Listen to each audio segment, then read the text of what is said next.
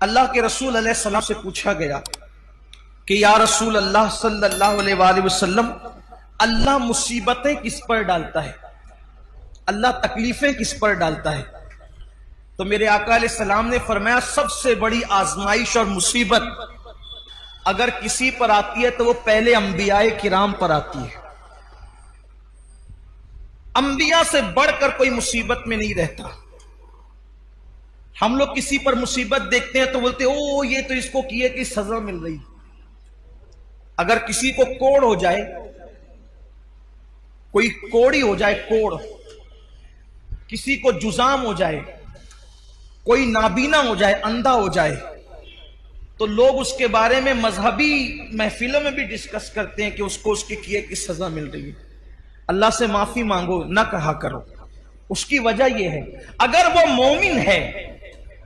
مومن ہے اور کوڑی ہو گیا، جزامی ہو گیا، ہے مسلمان، تو اللہ تبارک و تعالیٰ ان لوگوں کو اس وقت جنت میں داخل فرمائے گا ابھی تک لوگ قبروں سے کچھ اٹھے ہوں گے، کچھ اٹھنے والے ہوں گے، اس سے پہلے اللہ ان کو جنت میں داخل فرمائے گا۔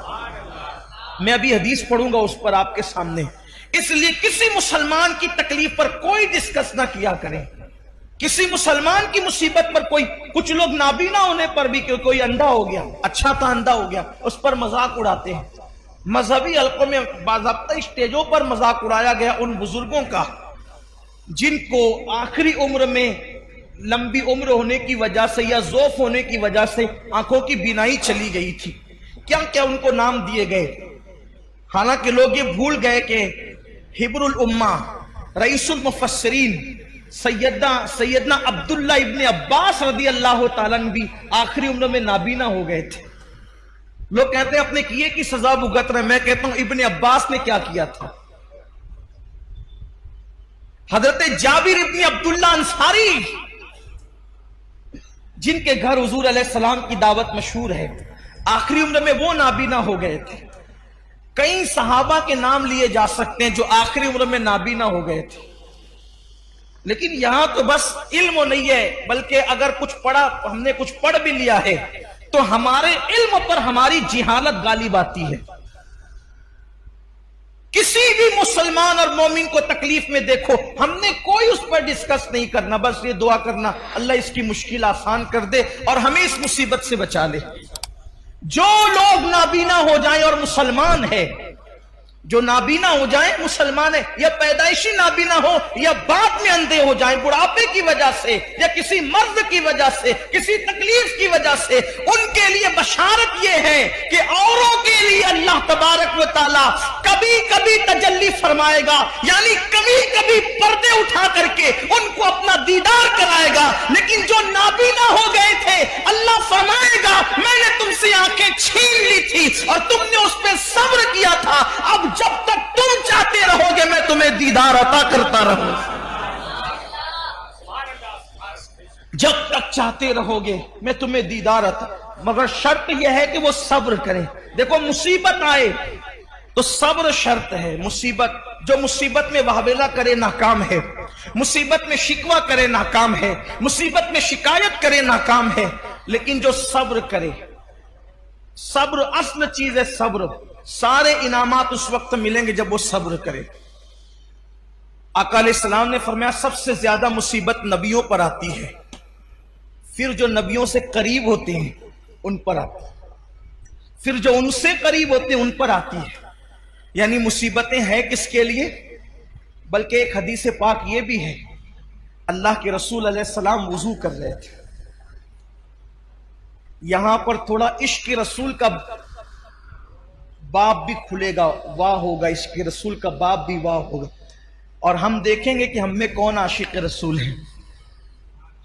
حضور علیہ السلام وضو فرما رہے تھے اور پانی حضور علیہ السلام کے وضو کا ڈھلان کی طرف بہ رہا تھا، وضو کا پانی ڈھلان کی طرف بہ رہا تھا۔ ایک صحابی تھے وہاں موجود، انہوں نے عرض کیا یا رسول اللہ صلی اللہ علیہ وآلہ وسلم میں آپ سے عشق کرتا ہوں، محبت کرتا ہوں آپ سے۔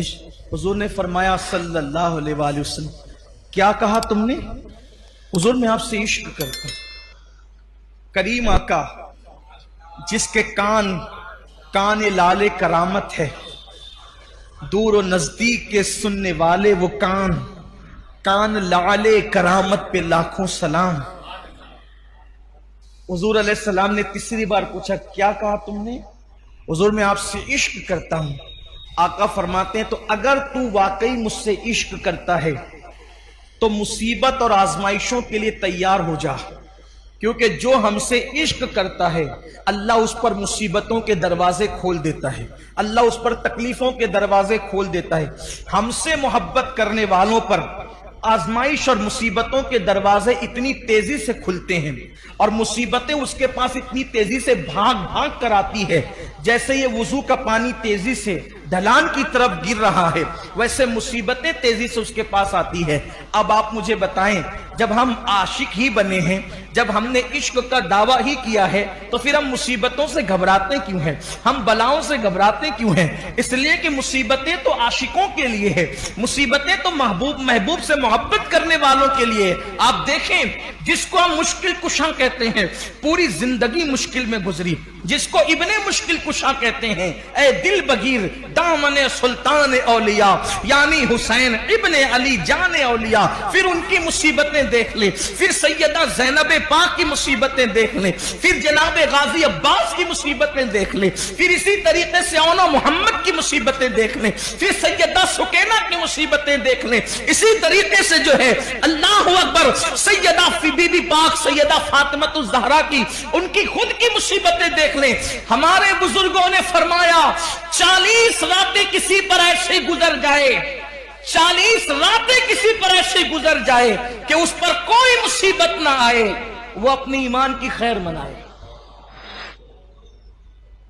وہ اپنے ایمان کا احتساب کرے 40 دن کے اندر۔ اب اس کو امام اہل سنت نے بہت خوبصورت انداز سے مزین کیا، فرمایا 40 راتوں میں تینوں میں سے کوئی ایک آنا چاہیے، علت، عین سے علت، قاف سے قلت، وال سے ذلت، علت قلت ذلت۔ 40 راتوں میں سے ایک مقام ایسا آنا چاہیے کوئی ایک رات میں، علت، یا تو بیمار پڑ جائے، سر دردی ہو یا بخار آ جائے،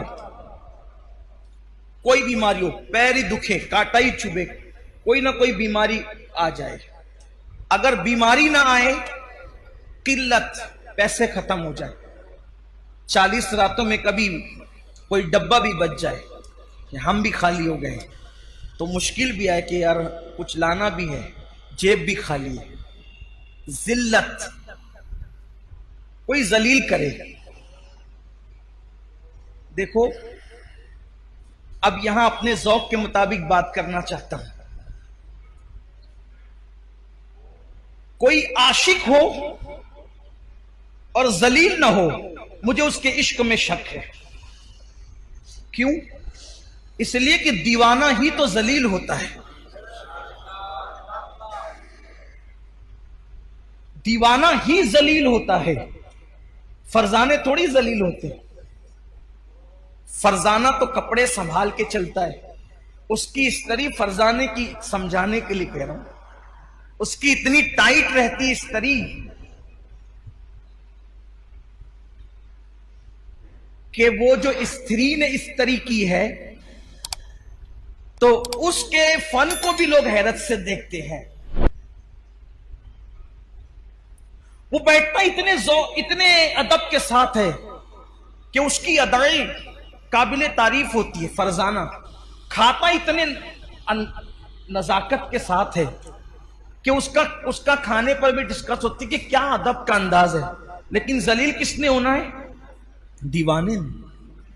اس کے تو بال ایسے، اس کا تو لباس ایسا، اس کا تو گفتگو کا سمجھانے کے لیے کر دیوانہ۔ یہ دنیا کا دیوانہ ہے جو ذلیل ہوتا ہے۔ ارے جو دنیا کی محبت میں دیوانہ ہوا جب وہ ذلیل ہوتا ہے تو جو سب سے بڑے محبوب اعظم، محبوب رب اکبر، سارے انبیاء کے خداؤں کا، سارے انبیاء کا خدا، معاف کیجئے خدا، سارے انبیاء کا خدا، سارے نبیوں کا خدا، سارے رسولوں کا خدا جس سے پیار کرے وہ محمد الرسول اللہ ہے۔ اب کوئی ان سے پیار کرے، کوئی ان سے عشق کرے، تو پھر آپ مجھے بتائیں وہ ذلیل نہ ہو، وہ رسوا نہ ہو، تو پھر وہ عاشق کیسا، پھر وہ محب کیسا؟ اسے تو ذلیل ہونا ہی ہے۔ تو علت بیمار پڑنا 40 راتوں میں، قلت پیسے کی کوئی تنگی آ جائے، ذلت، تینوں میں سے کوئی ایک چیز آ جائے، اور اگر تینوں آ جائے تو سونے پر سہاگا ہے۔ میں یہاں پہنچ کر تو یہ ضرور کہتا ہوں کہ 40 راتیں نہیں بلکہ شکر کے طور پہ کہتا ہوں کہ 10 سے 11ویں رات نہیں آتی، 2 چیزوں سے تو سابقہ پڑتا ہی رہتا ہے۔ علت بھی ہو جاتی ہے، علت بھی ہو جاتی ہے، اور عالمی پیمانے پر فیس بک اور یوٹیوب پر اور واٹس ایپ پر کچھ ذلت بھی ہو جاتی ہے۔ تو دل کو اطمینان ہوتا ہے کہ ابھی ایمان کا طوطا اڑا نہیں ہے، ابھی ایمان کا طوطا اڑا نہیں ہے۔ اور رہی بات ذلت کی، تو حضور تاج الشریعہ نے بہت اچھا شعر کہا تھا، اگر محبوب کے لیے ذلیل ہونا پڑے تو پھر یہ ذلت نہیں ہے بلکہ یہ بھی عزت ہے۔ وہ کہتے تیری خاطر ذلیل ہونا ہے میری عزت۔ میں اس کو جوڑ کر کے اس لیے پڑھ رہا ہوں تاکہ اس کا مفہوم سمجھ میں ہے۔ تیری خاطر ذلیل ہونا ہے میری عزت، تیری خاطر ذلیل ہونا ہے کیا ہے؟ آپ کے لیے ذلیل ہونا میرے لیے کیا ہے؟ عزت ہے۔ تیری خاطر ذلیل ہونا ہے میری عزت، میرے وقار سلام۔ تیری خاطر ذلیل ہونا ہے میری عزت، میرے وقار سلام۔ تو حضور کے لیے ذلیل ہونا کوئی ذلت نہیں ہے بلکہ یہ تو بڑی عزت ہے۔ تو 40 دن کے اندر ایسی مشکل آنی چاہیے۔ پھر بیماریوں کا باب الگ ہے، تو یاد رکھیے کہ مصیبتیں آنی چاہیے لیکن مانگے نہیں، اور آئے